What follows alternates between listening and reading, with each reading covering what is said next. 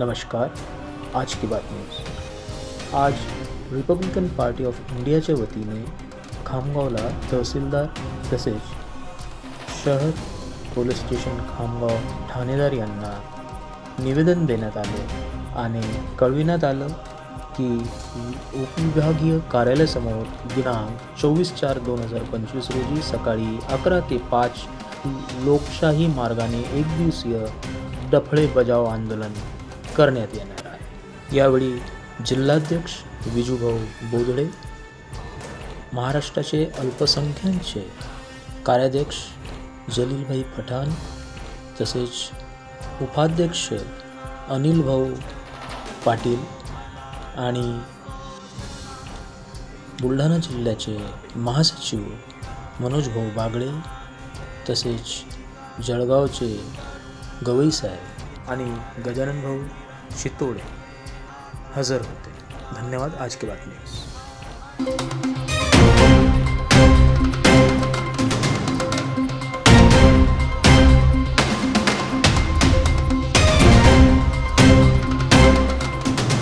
होती मी तर त्यानं दुकानारी नाही जाऊ दिलं तर तरी मी मधातच त्याचं घर लागलं तर तरी चढवलं।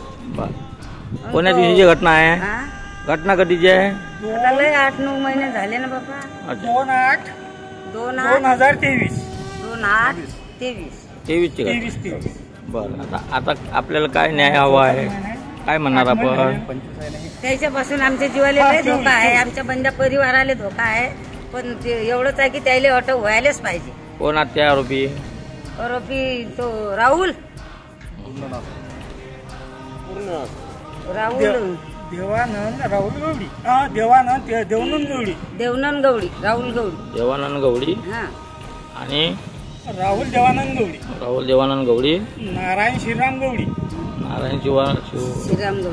गवडी कोणत्या ठिकाणचे गाव रहिवासी?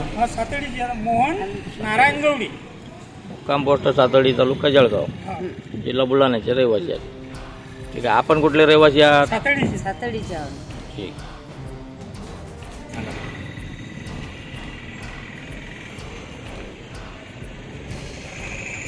आपला परिचय?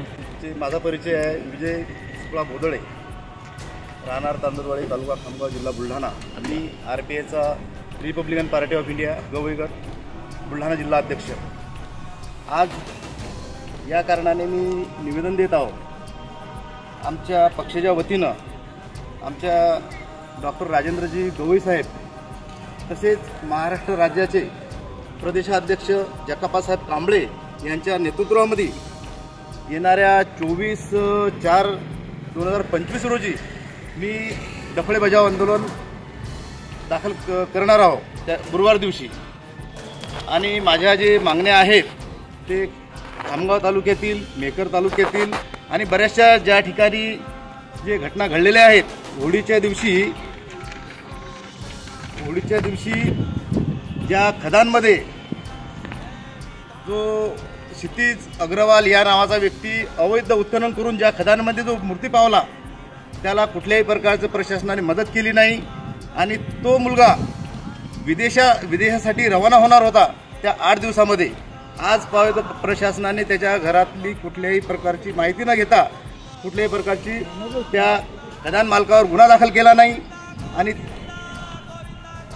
चौकून त्या ठिकाणी त्या खदानीला चौकून कंपाऊंड नाही आणि गेटसुद्धा नाही। त्यामुळे तो होळीच्या दिवशी त्या तलावावर गेला आणि मरण पावला। दुसरा मुद्दा असा आहे, गट नंबर 28, 29, 30 या गट नंबरमधून कमीत कमी 4 ते 5 लाख उत्खनन केलं, अवैध उत्खनन केलं।